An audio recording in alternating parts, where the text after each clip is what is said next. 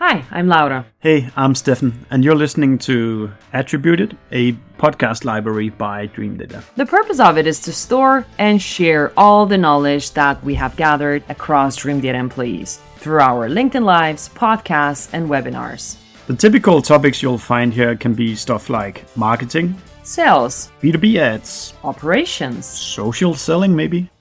Today we're going to focus on something that I actually don't know that much about, which is analyst relations and these analysts that recommend vendors of software all over the world in all sorts of categories. What is it? Is it worth the money? What does it entail? How much work is there to do? Is it actually something you should be considering in your business or not? But as I said, I don't know too much about this topic, but luckily I have you here today, Wendy, that I actually do know perhaps more than anybody else in the No, world. that's not true.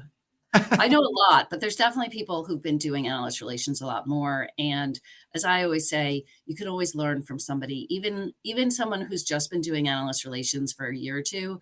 They often have some really great ideas because they're not tainted by doing it for 20 years. So, everybody has some really good best practices. And I don't think there's one person who's the best at analyst relations. Yeah. So if But you at want to least, say me, yeah. I'll take it. Looking at your CV, I was quite mind blown by the depth of your experience. But maybe before we just jump straight into it, maybe you can do like a 1-2 minute background of why do you know something about this topic and what it is that like you do today on a day-to-day basis. Well, day to day, it's hard, but hi, I'm Wendy Shlensky. I live in New York City. I'm an analyst relations expert, or like I like to say, a maven.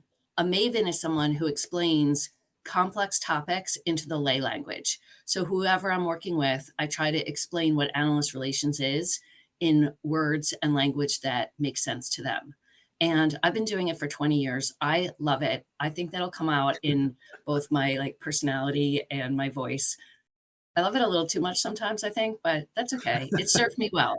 I never thought I'd do it for this long, but here I am. And I started working with an analyst firm that is no longer here, actually. It was called Giga Information Group, and they got bought by Forrester Research, one of the top 2 in my book analyst firms in the world. And at Giga and Forrester, I had 2 big vendor clients, like software services firms, one of which had a whole team of analyst relations professionals that I worked with, like 5 or 6 people. Yeah. And one I engaged with the VP of marketing. And so basically I convinced the VP of marketing to hire me as their first analyst relations professional. And that was Cognizant Technology Solutions, Cognizant. So when I joined back in 2004, it was about $500 million in revenue. I was with them when they crossed the $1 billion revenue line, and it was amazing. And now they're a $16 billion company. Jeez. So, I'm not saying analyst relations was responsible for all of that, but it was definitely responsible for a little bit of it. And then I worked at Cognizant. I moved to Infosys, which is also an Indian outsourcing company. And then among other things, there are many, many things. And then moved to HGS. And about 2 years ago, I started my own analyst relations advisory consulting company. And since then, I've transitioned from only knowing services, which I've heard my whole life is much harder to work with than software, because software, you can just plug it in and it either does what you say it does or it doesn't. Yeah. Whereas services, you're just talking about people.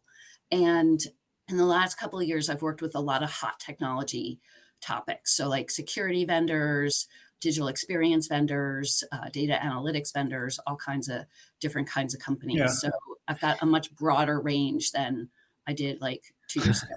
Who knows? We might come hiring you at some point as well. I love it. So I said, I don't know too much about the topic, but I quite often browse software vendor websites, and every now and then you'll see, hey, we did this Forrester thing, or in the Gartner's Magic Quadrant, and I started getting curious in why is it that you do this? How do you extract value out of these things? And is it something that we should be considering at Dreamdata with just 40 employees? Or what is it? But before getting into the specifics, maybe you can kind of lay out like a simple definition of what is analyst relations and what is the work that you do there. Okay, sure. So analyst relations at its best is a bi-directional feedback loop between a vendor, a technology vendor such as Dreamdata, or a security software vendor, outsourcing vendor, you name the technology topic, AI vendor, and an analyst, an industry analyst who covers a specific technology market. So they're like Gartner research, I think, has something like 9,000 employees across the globe.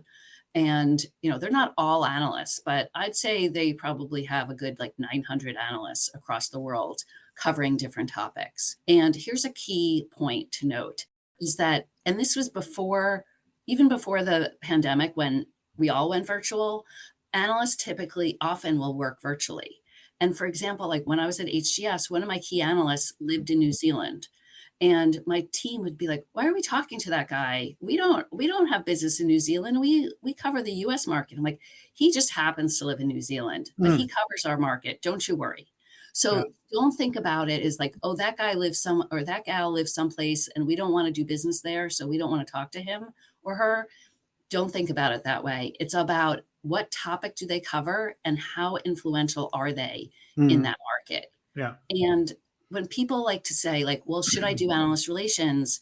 I say, talk to your prospects and your clients. Are they talking to industry analysts? And it's not just like when they find you, but throughout the life cycle. So, when they're researching like different parts, analysts work along the whole software technology buying cycle. So whether that's like, what vendor do I need for security software? Or once you have a long list, how do I figure out which are the vendors that meet my needs? How do I figure out what my criteria should be to even pick a vendor? So analysts can help with that, creating the short list, creating the RFI, creating the criteria that you want. Yeah, so on the one hand, they're monitoring the market and understanding the technology, and the other hand is that they're kind of a shortcut for making good decisions about which vendors you go with then. Yeah, absolutely. Absolutely. They can, because someone, I like to say, like, so the Gartner Magic Quadrant, I think, is like the Emmys or the Oscars of the analyst relations world. Like, you're in the leader quadrant, sales is giving you high fives, maybe they're sending you champagne. People are really, really happy. Yeah. But I like to say a buyer who is buying any kind of software or services, if they're buying it just because you're in the leaders quadrant, that is not a buyer you want. Because in my opinion, that's a buyer who's not making a really informed decision. You want a buyer that looks at the Magic Quadrant or the Forrester Wave. That's another version of these rating reports, comparison reports, and talks to the analyst and says, this is what's important to me. Which vendor do you think is going to be more effective for me? And to be a leader in the Magic Quadrant, you often have to have a lot of revenue.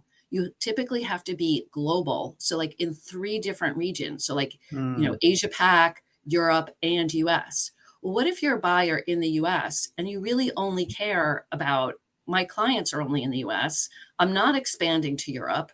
Do I really need a software that's going to help me in Europe? Probably not. So you're paying more money because you're buying the leader who works in that area. I'm not saying that each situation is very different. So can we just repeat the Magic Quadrant criteria? Just that's interesting to know. Or like, are they like defined things, or is it people? Is it like a secret, or do people know what it takes to get into it? Both. So each of the Magic Quadrants, and if you're curious about a Magic Quadrant, like what is a Magic Quadrant, or like, is there a Magic Quadrant in my space? You can often Google like Magic Quadrant for like whatever the topic is. And one of the leaders typically has bought what's called reprint rights, which is the right to post the report on their website and to market it out. If you Okay. don't buy the reprint rights, you cannot put it on your website. I mean, I guess you could, but you're going to get a lawsuit. So don't do that. But you can get, and in the Magic Quadrant, they typically evaluate anywhere from 10 to 20 vendors.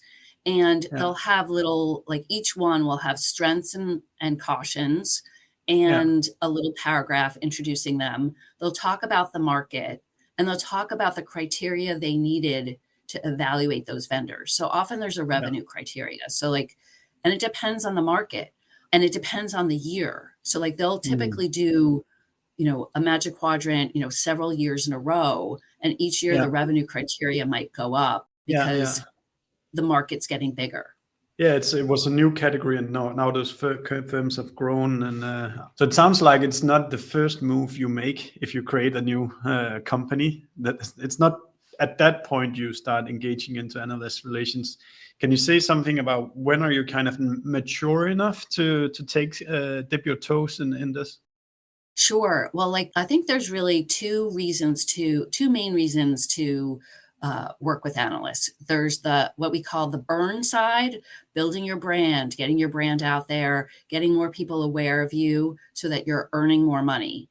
And then there's the learn side where you're working with analysts to help you learn more about the market, learn more about what your buyers are looking for so that you can create marketing that speaks to your buyers in your buyer language. And a lot of the analysts so will if also I'm to translate that is kind of, is there any new topic that people are starting to be concerned about that you should be putting into your marketing material or making product features that addresses or like something like that? Yes, absolutely. They can help you with your product roadmap. So they can look at the product roadmap and say, you know what, this is all like low hanging fruit, catch up. You got to get there. Or they can say, you know what, our clients have been asking us for XYZ, and it would be really great if you could create something that relates to that. Yeah, makes sense. Maybe you can share a few. I think, did you call it earn stories. So you don't have to name the companies, but just maybe some examples of what could happen as outcomes. Sure. So, and part of it is you're building a relationship. So this is one place, you know, a lot of people are thinking like, Chat GPT is going to take my job. I think analyst relations, because it's such a people focused job, ideally is going to be safe from the bots. Ideally, bots are going to help us be even more effective and efficient. And a couple of years ago, analyst relations was one of the most like requested jobs. It was like the 10th most sought after job according to LinkedIn. So it's definitely a field that's growing.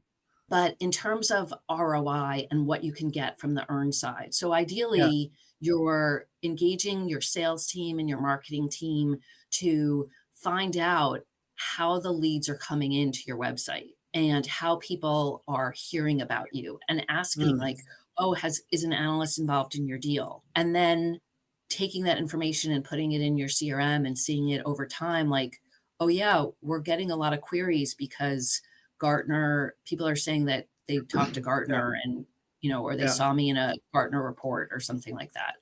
And it's not just the reports, it's the analysts write, you know, they write a lot of reports, but they talk to tons of people.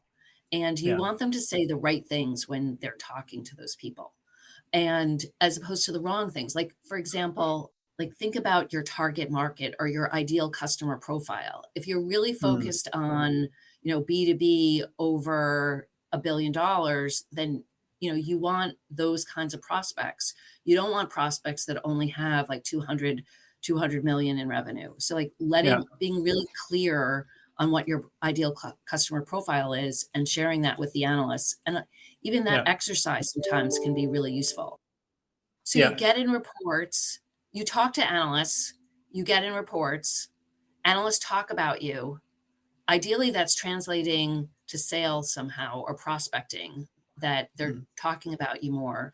And they can also you can also do custom studies with them. Forrester, for example, has a product called the TEI, the Total Economic Impact. And I've you come can use across it that for any kinds of things. some places. Yeah, they're really good at marketing it right now. So like, again, Google TEI and things will come up. But one of my friends who does analyst relations at their company, they did one, they interviewed 4 of their clients and they came back with a 582% ROI for customers that use their software. That's amazing. So if you're trying to cut through the noise of why me, and your customers are super happy with you and you know what the ROI is from using you, I think it's better to have Forrester, who's like a independent third party, say you've got a 500% ROI than, Mr. or Miss Salesperson saying like, oh, our clients are really happy with us. It's like, I think independent third parties carry a lot more weight than salespeople. And I think that's really where the rubber meets the road. Yeah, I think I've read 2 of these TEI CEI. reports for 2 different vendors, and I think the magic is that it's not just a number that they invent. You can read it, and then you can understand the rationale of why have they arrived at 500% ROI. It's not just something that really they long process. So exactly. back when I worked at, it was actually a tool that was invented by someone at Giga. And back when I was at, I don't know if it was Giga or Forrester, but one of those companies, I actually sold one to a non-vendor who was using it to figure out whether they should go with SAP or not. So they were trying to figure out what's the total economic impact of choosing SAP. So you can use it for all kinds of different things. You don't just have to use it as a technology vendor play. Yeah, and I think the whole software market have to come up with a bit better business cases than what they had to do 1 or 2 years back. And I can definitely see this being what you can call a supporting tool for helping clients understand the value of like the economic value of like signing a contract with you. Yeah, well, I like to say that if you're going to engage in analyst relations, like, could you do it without an analyst relations professional? Absolutely. I mean, before Cognizant was doing it with their VP of marketing before I came into the picture. So absolutely. But with an analyst relations professional, whether that's someone full-time or part-time fractional, like my business model is, then you just get there faster because we've done it before. We know what we're doing. It's kind of like anything, any kind of thing that you're doing. It's like even someone buying your business, you know what you're doing, you've done it before, and you can help that company get there faster than doing it without you. Like, could they do it without you? Yeah, they could, but it would be more difficult. Let's say let's just, if we leave out that you can actually buy people who know what they're doing, then if you're a company who wants to start this, getting on the radar of analyst firms and like building these relations, what are the things that you need to do? Like, you have no relations, who do you contact? What does the process look like once you've contacted them and so forth? Well, one is I figure out who your analysts are. So like, which analysts are talking to your prospects and how do you figure that out? One is like the easiest way, honestly, is to look at your competitors. Like, who are your competitors? Most companies have competitors, and are the analysts active in that space? And are they writing reports and including them for your competitors? So like, look at your competitor website. Do they have any like Magic Quadrants or Forrester Waves or IDC Marketscapes on their websites? And then those that's number Google, one. what would you like if you had like just said it had Google in front of you? How do you then what is it that you start typing in? I would search for like whoever my competitor is. And then once I'm on their website, I'd look in the newsroom or the About Us or their marketing and see if they have anything that's related to an analyst firm. And then those are typically the ones I would start with. Yeah. And okay, so that's step one. We find the analyst. Okay, you find the analyst. What do we do when Then you would do a little research about that analyst. So like, who is the analyst? What do they care about? What are they writing about? Follow them on LinkedIn. Maybe stalk them a little bit on LinkedIn. Sorry, analysts. Oh. Yeah. Don't Part of the game. contact them on LinkedIn. Like, do not send them a private message saying, "Can I brief you?" That is not I the think right I've done protocol, that. and that's the number one way to get an analyst to Oops. not like you. Okay. That's what I've heard anyway. And Yeah. here's the other thing. Everything I say, take with a grain of salt, Yeah. because we're all individuals and we all like to do it differently. So I'm Yeah. sure there's an analyst out there who's like, "Oh, Wendy, I totally want people to write into me and I'll take their briefing." But Yeah. a lot of them are like, tell your startups not to do that. That is the number one thing they should not Okay. do. Okay. So we So there's don't reach proper out channels. we don't do direct Yeah. messaging. What do we do instead? Yeah. So you want the analyst to know who you are. So you need to Yeah. create a briefing. And Yeah. there's resources out, like you can Google, and I'll get you a couple really good links that you could put in the pod notes for how Thank to do you. a really good briefing. And read that. You'll learn how to do a briefing. You put together a briefing deck, 30 minutes talking about yourself. The blog will tell you everything you need to know, what you need to put in there. Then once you're ready, because I know how people work. People say like, "Oh, I'm just going to ask for a date and then I'll get ready." But like, get ready, practice it. Practice it with yourself, your friends, your mother. Make sure your mother can, if your mother's not in tech, make sure she understands what you're talking about. You want to make sure it's understandable.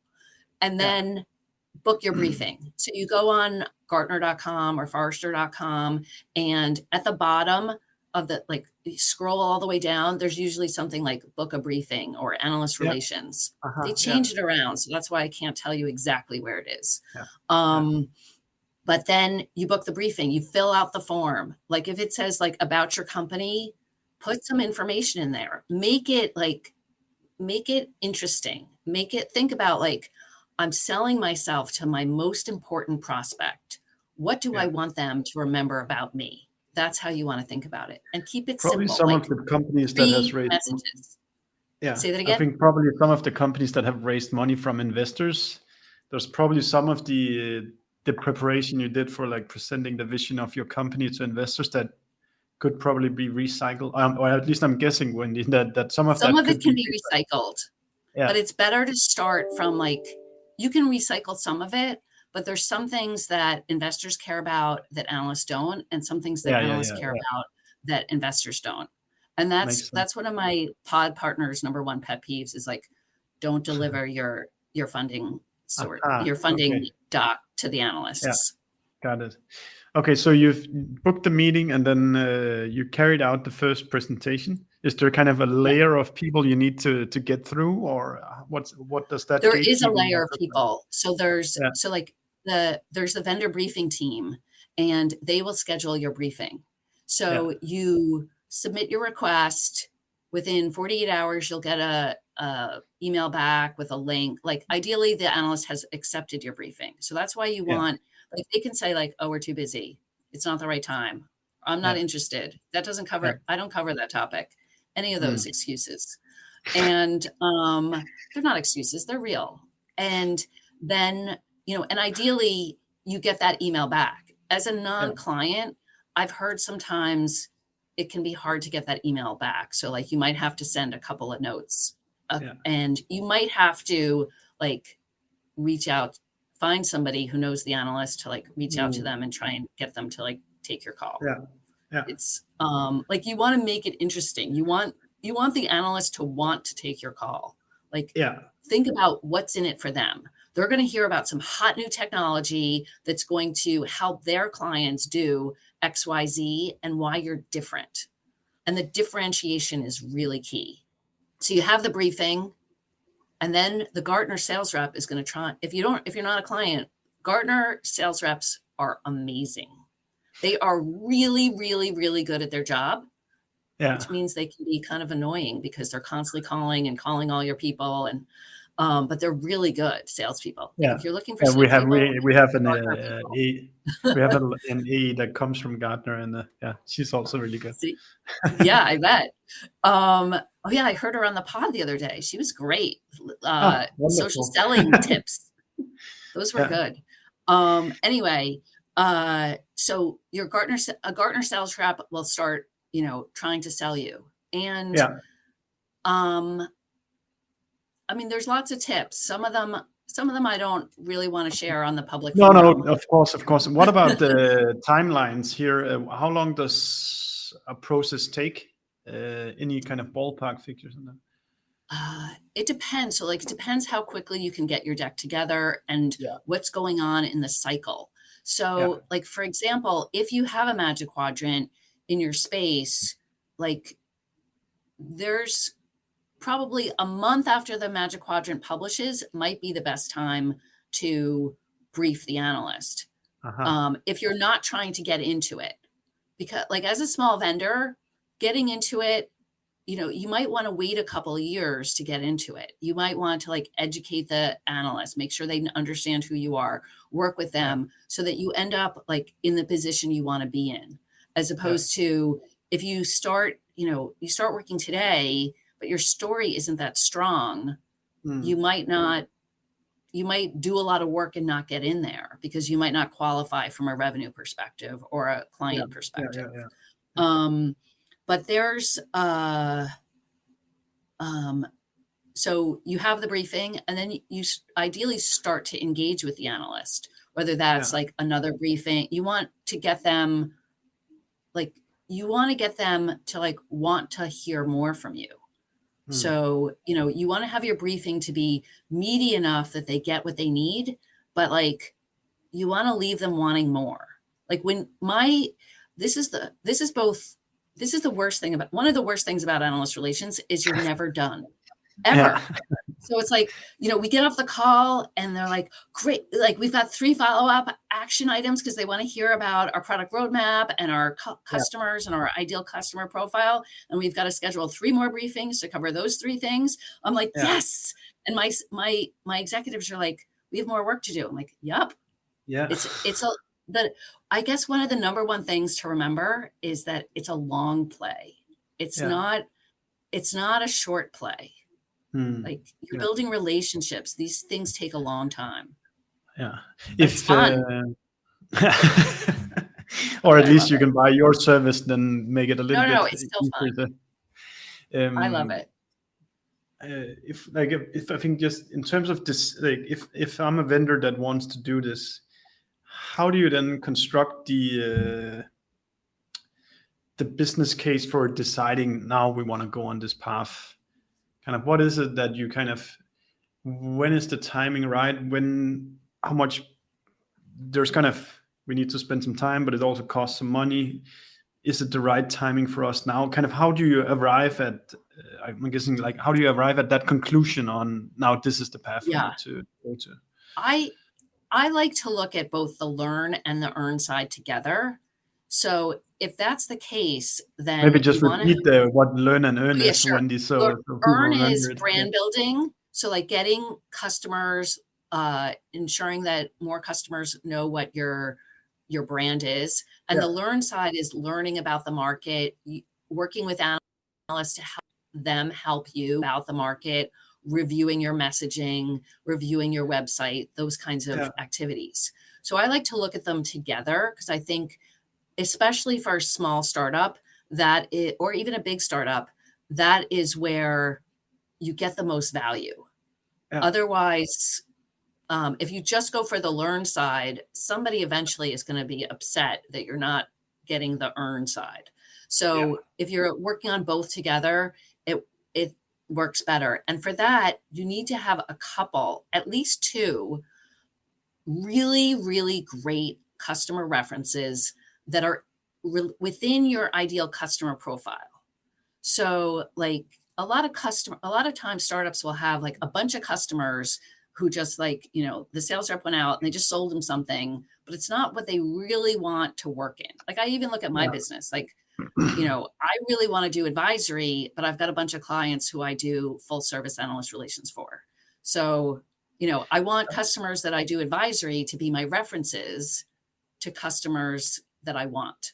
So I think that's a really good definition, Wendy, that it's not before you really have your ideal customer profiles as your customers, you're not ready to start the analyst relations. I think that I at least can relate to, that we're starting to have those, but it's only been within the last maybe a year that we've had those. And that's an okay time to start, like, because it's a long play. And like, I'm not Yeah. trying to sell you my services. That's not No, that's it's not it. fine. But like one of my clients, they they're starting to get their ideal client profile. Yeah. And they started working with me probably they started thinking about it in like October, and they've been clients of Gartner and Forrester for the last year or so. Yeah. So they they bought contracts, they started using it a little bit. Most of the clients, most of the startups I've had, they've bought one or either Forrester or Gartner. They start trying to use it. They realize how much time it is. And then they come to someone like me and I help them get more ROI out of it. Makes sense. And